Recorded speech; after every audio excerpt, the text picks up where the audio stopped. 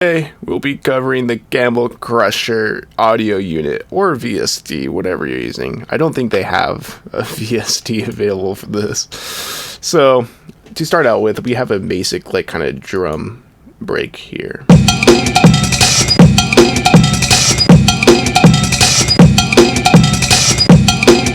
So, you might be asking yourself, wow, whoever wrote this wasn't good enough. I want to add my own edge to it. And then, well, what could I use? All the boring plugins that Ableton already has? No. But I don't want to pay for more plugins. Why would I do something silly like that? Well, I have the solution for you. There's this awesome, quirky distortion plugin that I happen to use a lot. I genuinely do use this a lot. I think it's a real good plugin, especially considering it's free. And also the GUI is terrible, but I think that's what adds to the charm of it. And I feel like if it has a bad GUI, I feel like that means it's extra saucy. It's got a good sound to it. If the if the GUI looks terrible like this, I think we got something going here. So let's go back to our original drum break. This is the preset I kind of use.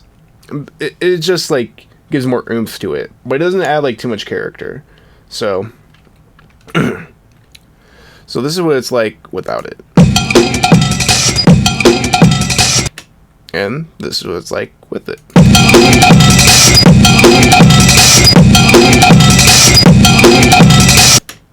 So you already see these, it's pretty laid out in the GUI about what's happening.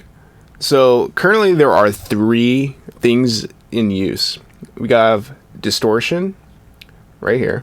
We have tube and mechanical. So there's classic tube sound, which adds warmth, and mechanical, which also adds warmth, but in a different way. It gives it more character. Then we have a compressor. The compressor is just set at one thing, but you can mix in the amount. So the fat mode is an extra effect upon it, and so that would be used when you're trying to add, an extra edge of distortion. And so this would be, the fat mode would be more heard the more amount you have up. So let's give it a listen. Let's give it a listen with it on. Wow, it's like you're at a rave and your ears are blown out.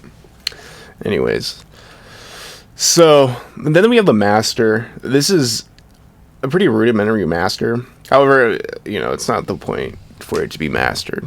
But it maximizes the level of what it's at. So, and the mix is kind of like a dry wet on this one.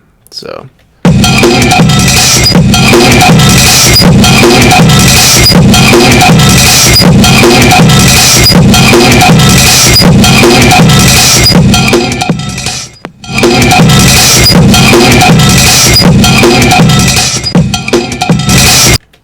yeah. So then let's try the filter out with this. And so the filter is just a low pass filter, but it's a very analog sounding one, because it sounds kind of like an analog one. And then you can control the resonance. So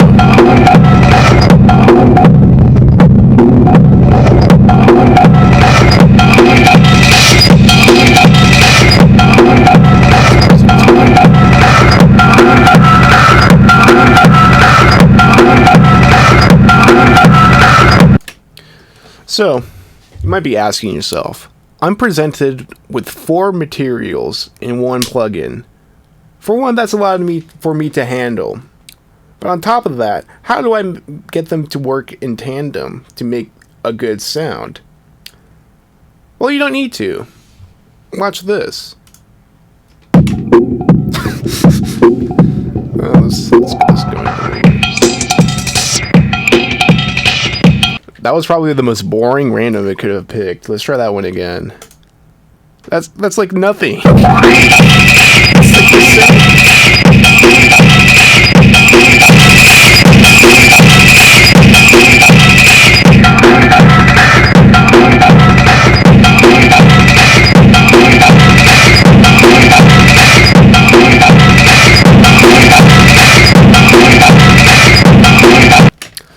So there's a lot of things you can do with it, as you can tell.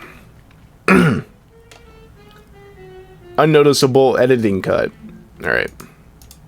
No CamelCrusher. It's not your time. OTT.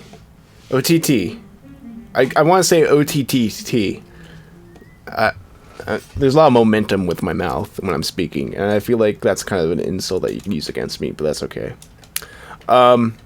So you're presented with a lot of knobs and 3 what seems gauges. Well, that's exactly what it is. In fact, you don't need me to tell you what it is when it has the description on it. Multi-band upwards and downwards compressor. So what makes this more unique than your average multi-band compressor is that it has a very, once again, unique and edgy algorithm of compression. And this is a little bit like unexplained why it sounds the way it does. But what I can tell you is that whatever is labeled on here is not properly labeled. For example, you have the depth, which is basically also a dry wet knob. It works off of parallel compression, and this is how much of the parallel you're mixing in, basically. The time is how long it's compressed, which is, once again, like another like way of mixing it. And so it could be like, oh, release like this, attack like this, and then like it's basically like a way to mix in another way of mixing how much compression without any phasing issues, because that's what happens when you like, if you just like straight up mix in and out a compressor, you get a lot of phasing issues, and you don't want to do that. You're a smart producer, you wouldn't ever do that, right? That's what I thought. And then the in gain is kind of like a threshold. So, like a threshold of 6, however you want when you're mixing whatever. And this plugin can have a lot of creative use just as much as practical use. And the use of it practically, like, people go insane on these. It's like, yeah, I'm a master, I got 4 OTTs after one another, and they're all like, and then like, it doesn't sound distorted at all, it just sounds great. And I'm like, why would you do that? But like, it works. I think it's just to flex. It's like, yeah, I got 4 OTTs and a sound goodizer and a CamelCrusher. No limiter on my master. What are you gonna do? I aspire to be like that. And then this is basically the makeup for it. The outgain, makeup gain on more conventional compressors. And then you basically have the mixing of the highs, the mids, the lows. And then the downward is how much like downward compression is going on, and then how much upward compression is going on. And then, so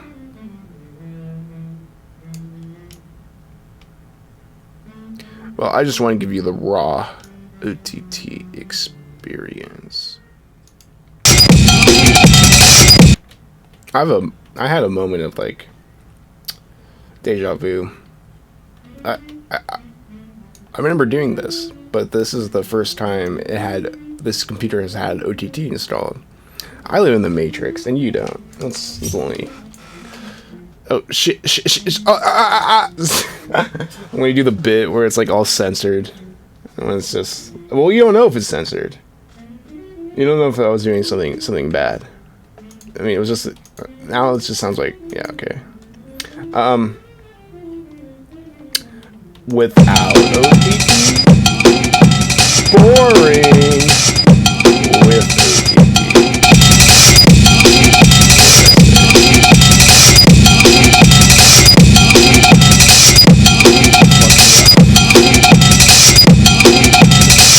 I'm not seeing enough red up there.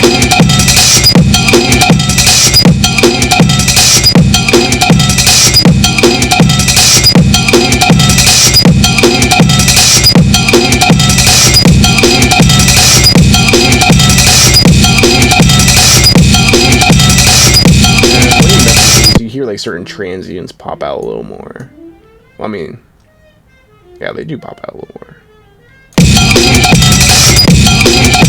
Like a pretty sound,